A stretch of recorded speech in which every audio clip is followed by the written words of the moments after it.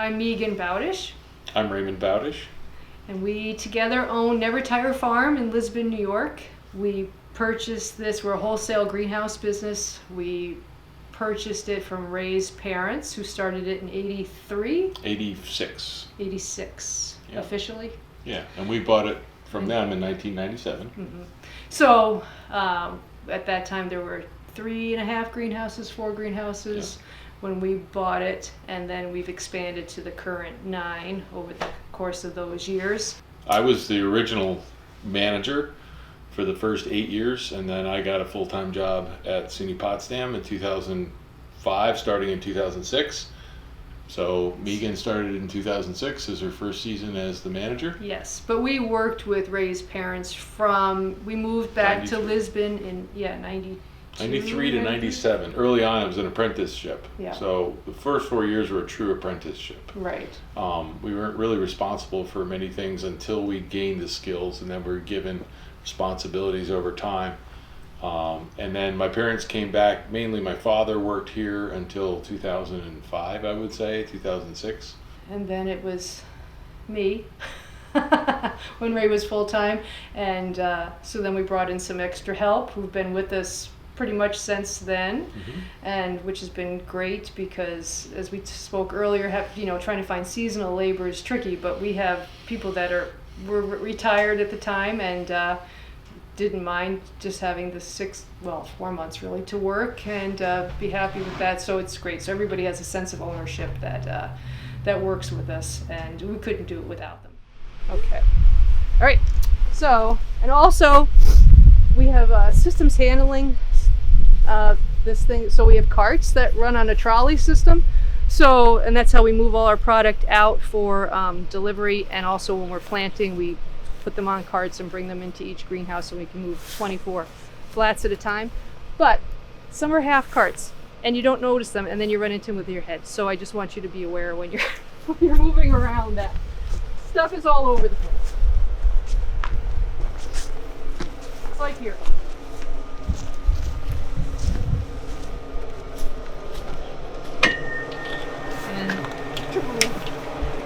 So this house has perennials in it, and we do over 3,000 gallon pots of perennials. We're zone 4 here, so our choices are sort of limited in what grows in the North Country, but we try to get a good representation of what we can grow. This tray has 342 plants in it. No, I'm wrong. 432. So pretty much is a plant in each cell, and they have cross cuts at the bottom. So our machine will push 36 plants out the bottom, like that, you can see, and it transplants them easily, quickly. So this is salvia. In the house 1, we had some that we did from seed ourselves, but I get it in as a plug that way. Some plants that we buy in, like this is coleus. Now, they don't like to be pushed through. They break easy, so there's no cross cut in the bottom of these, they're just holes. So we'll just hand pull them out and transplant them that way. This is our production area where we do all the transplanting, and all our supplies are stored, and what they're doing now is the plug punching that we talked about earlier.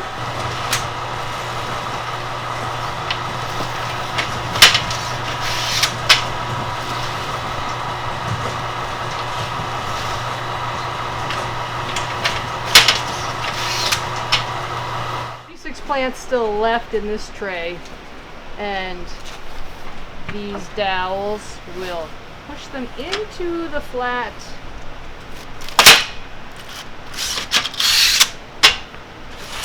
So generally, if it was a good tray, you'd get 36 plants in there.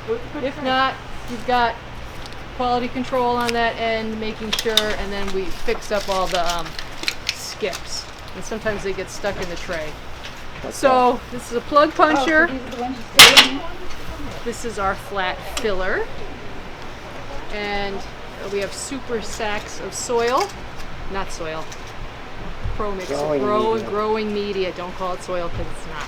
So that weighs what, 750 pounds? 750. We move it on a winch system. And so the soil goes in the hopper. We put our 606 trays on one side. I'll show you, they'll come out.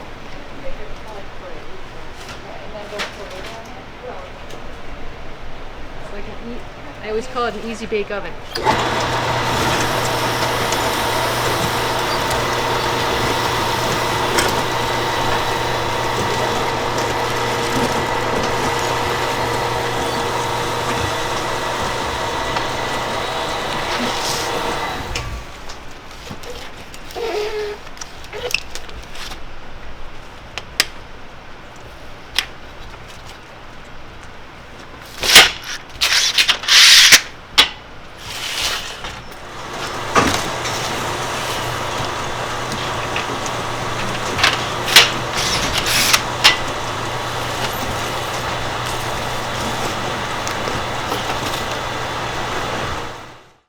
Originally in '97, when we bought the business, I wrote a mission statement, and we want to be, and hope we are, an example of using biorational practices versus standard commercial greenhouse practices. So what that means in practical terms is we don't spray pesticides.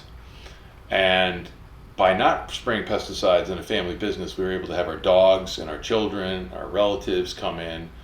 We did not have to have expensive sprayers and things that go along with the chemicals. We didn't have to keep up certifications.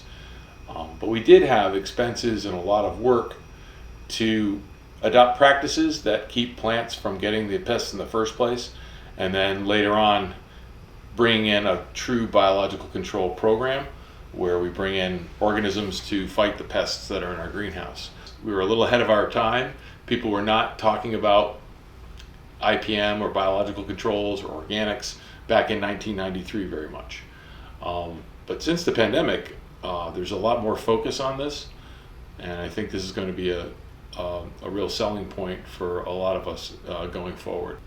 Yeah. And we find more of the places that we buy our cuttings in or our plants in from, they put a note in each box that, you know, we are using biological control agents, you know, so you'll see X, Y, or Z, and any questions, call us. Where it used to, that was never the case. Correct. It was, you know, so more of the bigger growers are also adopting this because, you know, bugs get resistant to the pesticides. So we were at a conference 2 years ago, and the bigger push is for more of the biologicals for that reason. So for biological controls, you have to load it up sort of at the front.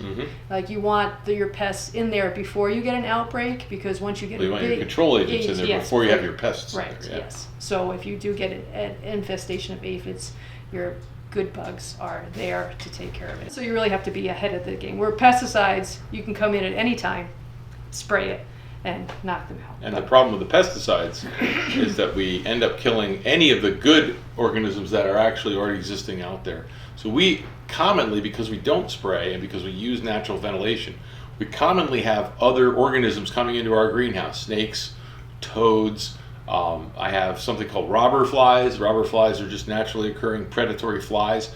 And all of these organisms will come in and somewhat balance our greenhouse, actually help us out.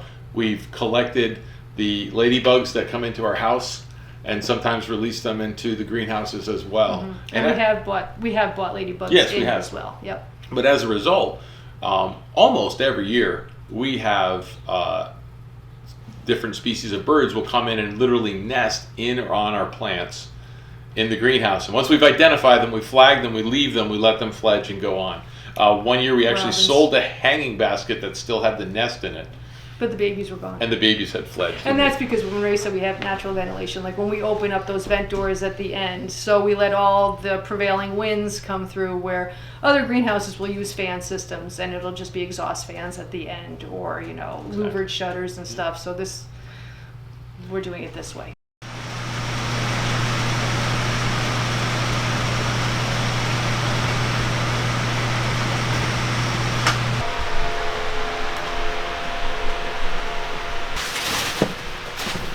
All right, this is I think the last house that I have to do it manually with a rope. And the reason we put the pulley systems in is because sometimes your ropes break when you're lifting up, and you know, you can get hit in the head. And also sometimes you get a little rot when you hook it up.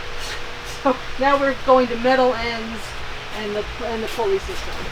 This is how we did all the other houses originally. Oh, a little frozen this morning.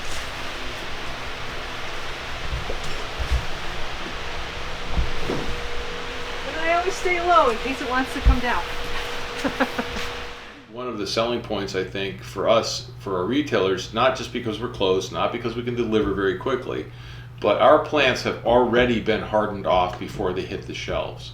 So if we're delivering to a customer that does not have a greenhouse space or sheltered space, but just racks out in front of their store, we bring them plants that have already seen temperatures down around 40 degrees or even colder. So there's no shock. There's no shock for them. Because if you take it out of the hot house like today and put it outside, even if it was above 32, they'd, you know, lay down and look. They're not ready. Sick. So we don't like to send things out that look like that. So we just wanted us to replicate what's going to happen out for our retailers. And natural ventilation allows you to do that better than a more sophisticated system.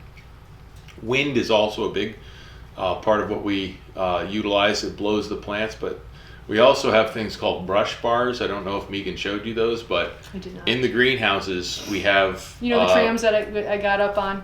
That then I pulled myself along. We've got little PVC pipes that run underneath it. They hang down, and they drift over the top of the plants and rub on them. So when you do that, it stimulates like if the wind, and then it keeps the plants shorter. And we also do our thermostats are programmable on the furnaces, so an hour before sunrise, 2 hours after, and 2 hours after, it lowers the temperature of the greenhouse. So that also helps you keep plants from stretching, and they'll be nice and compact. So really the goal for a nice looking plant that goes out to the retailer is shorter, compact, sturdy, with a nice bloom on it. And lots of breaks, we call them. Yeah. So every time a plant sends off a side shoot, that's a potential bloom. Mm-hmm. And when we brush bar over the top, it inhibits that topward growth and pushes growth out to the sides. There are chemicals also that they are used in industry right now called plant growth regulators. We do not use PGRs at all. We simply use these kind of environmental controls that Megan was just talking about. To keep a nice looking plant. Because once you get a stretchy plant, there's no going back. Yep. So that's how we do things on the growing end. And then we have our series of retailers in the North Country, Jefferson, St. Lawrence, and Franklin, Saranac Lake. We deliver to all those places. We have got a good rapport with all our retailers. I would say we don't sell to any of the box stores. These are all just privately owned, you know, Ace Hardware's, Coakley's Home and Hardware. Franchises. That way. Like that. So it's, you know, you become friends with the people that are ordering from you, because you talk to them quite a bit through the month of May. If you grow on the floor, like we do in most of the houses, you get the best use of your square footage. But to grow pots on the floor is a little bit more labor intensive, so we've benched a few houses. But to replicate growing on the floor, we use rolling benches, so you only have one aisle at a time. So instead of having peninsula or island, whatever benches, where you have an aisle between each one, it would take up a lot of space.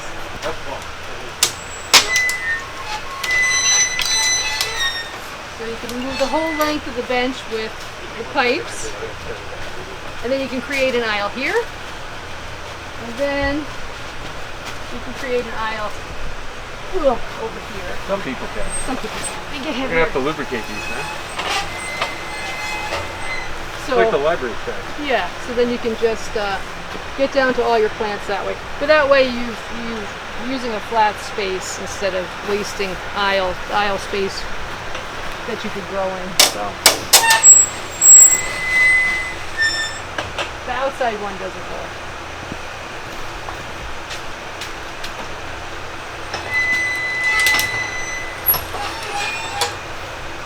So in this house, I do all my seeding of things that need to grow or germinate warm. So we have a heated bench back here that I start all our plants on.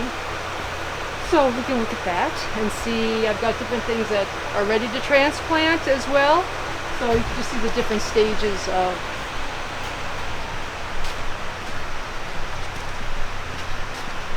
Now I know I just said you don't want to put pots on the floor because it's more labor intensive, but benches are also really expensive. So we're making do. So this is all 5-inch pots on the ground. So when it comes time to delivery, we're never really happy that we got to pick up 8 pots at a time, put them on the carts, but you know, you got to do what you got to do. And then this is the germination bench.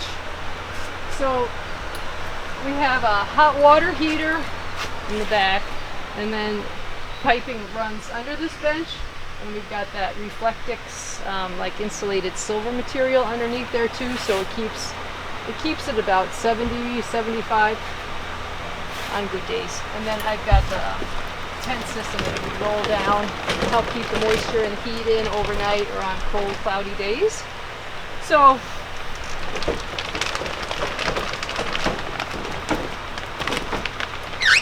when it gets sunny, you have to open it up because it can get to 100 degrees pretty quickly. So this is when I do seeds here, it's 1,000 seeds to a seed tray. So there are 20 rows in this, and most seed packets come 1,000 seeds. So these are marigolds, and these I think I seeded I didn't write the date down, but I think about the 23rd of March. So they're ready to transplant because they're showing their true set of leaves.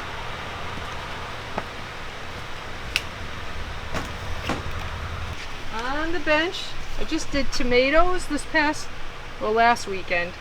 So they get covered with vermiculite, and they should start popping up pretty soon this week. This is our sensor. Our sensor tells us what temperature it is. We have an alarm system that we have a probe in each greenhouse that records the temperature, and we have a parameter set like 85 is too high and 40 is too low. So it'll call us if the houses get to those numbers, and it'll tell you what house has the alarm. So you can either fix the furnace. Sometimes they just kick off for a little bit and you have to hit the reset button. But so those are the things you have to worry about, especially like last night was 20. So if it gets to 32, you're not at, you could lose a whole greenhouse quickly. So we did seeded hot peppers March 1st. So that's what they look like now. So really they'll get transplanted probably Monday. We were going to do it yesterday, but since it didn't even break 30, we didn't want to plant them in that building and then take them up to the greenhouse. They're going to grow. Peppers are a little sensitive to even a little cold, so I didn't want to set anybody back. So we've got eggplants, sweet peppers, basil's germinated.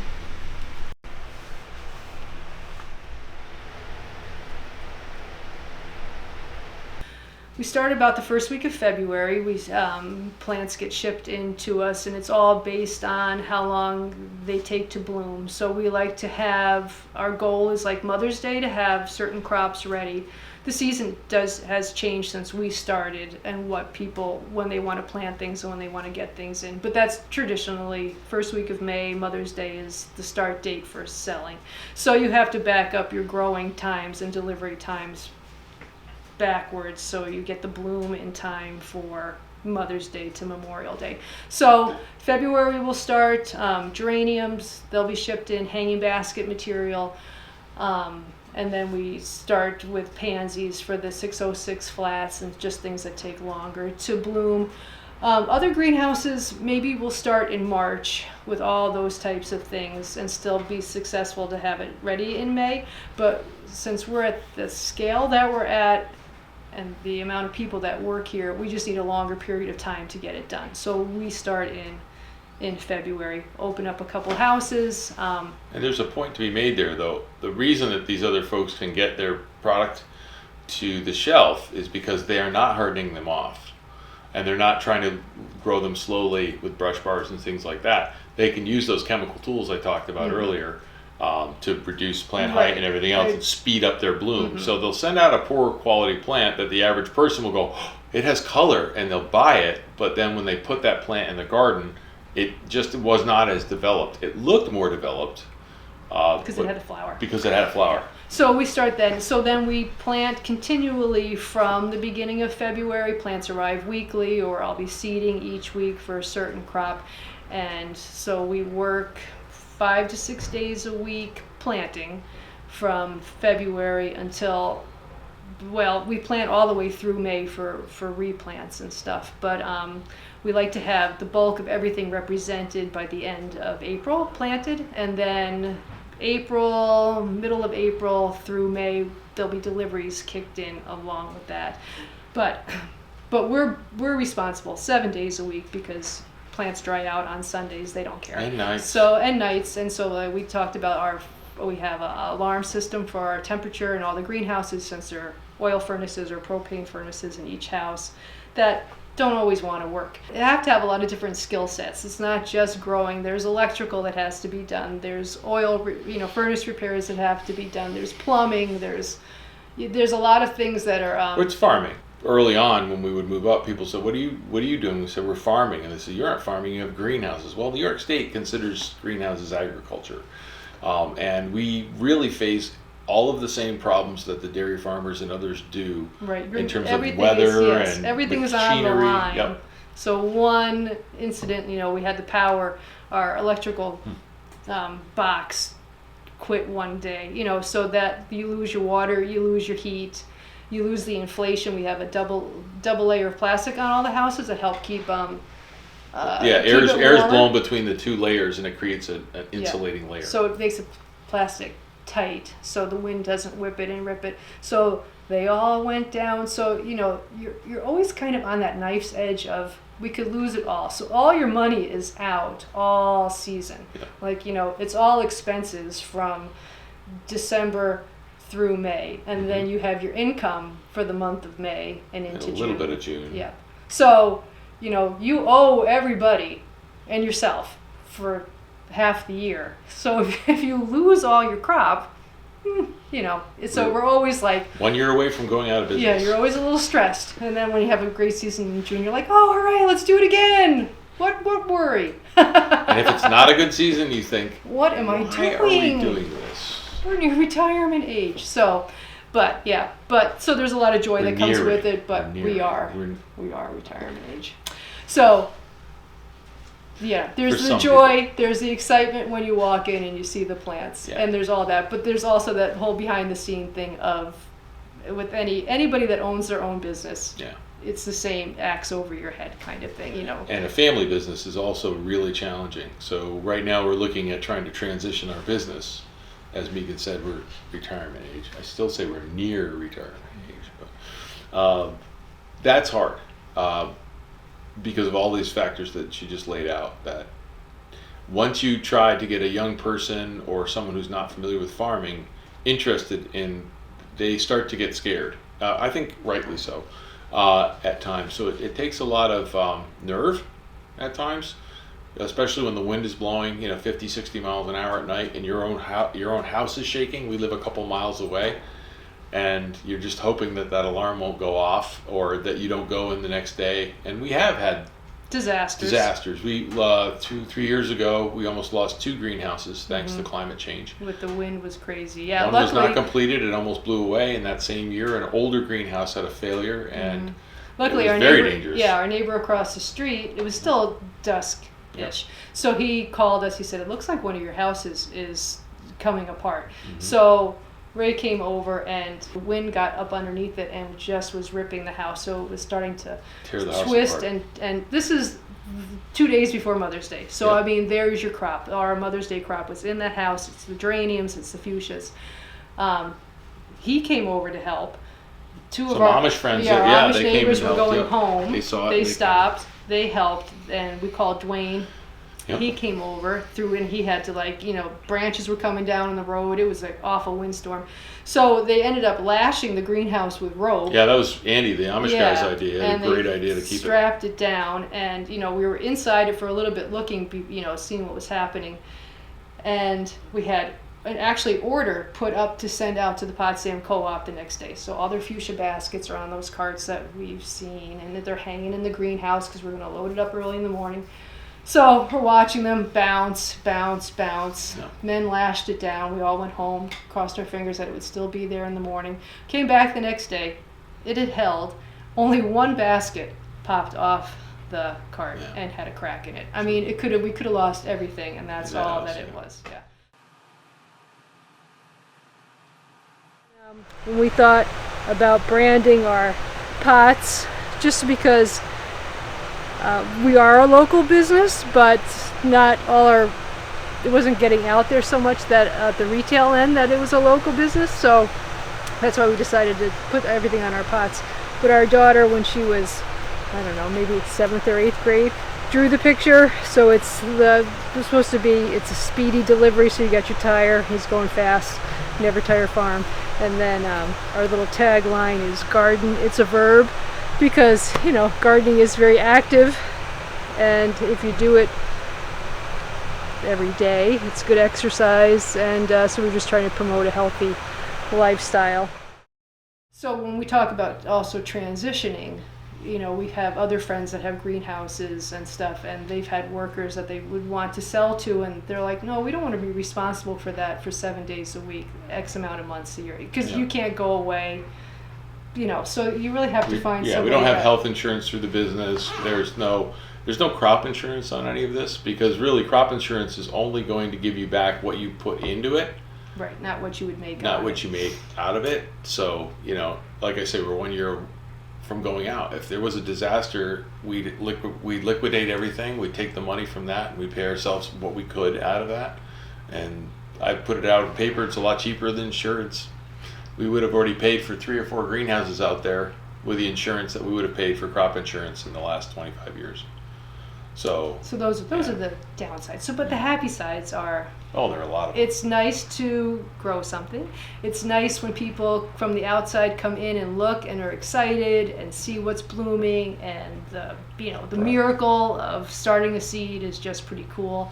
That you have this inert thing, you put it in growing media. A little water, a little heat, and you get a plant. It's just hope in a box is what we call it when the seeds come in. And then it's lovely when your retailers are all excited and people are, on your Facebook and, oh, look at that color, this and that, where I kind of can lose that. Oh, yeah, it's just another plant because you got the other things to it. But it's, so it's nice to see that. And it's also interesting when you look at like a tray of seeded peppers or a tray of seeded tomatoes. So you have your 1,000 plants, and we transplant them out to our 606s and send them out. And then thinking how many people those are going to feed. It's pretty, that's pretty.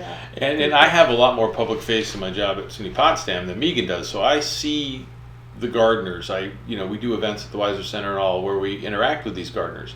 And when they find out that my wife is the manager for Never Tire Farm, it's exciting to hear the feedback that we get. I luckily haven't had anybody go, oh, those are your plants, and turn around and walk away.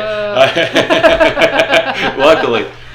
So the amount of, and what people say to me is the amount of joy that they have, the fact that they bring their children to the garden, that they maybe make their own food with it, or some, older folks that I've talked to, they say, I get a fuchsia basket every year and it goes on my front porch. I used to have big gardens and I used to do this and that, but I only have enough energy for one thing now.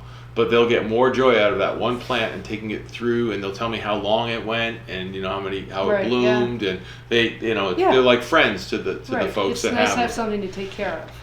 Exactly. And that's what I think helped a lot of people through the pandemic last year with lockdown. They had something to take care of and to nurture and to spend their time on, and yeah.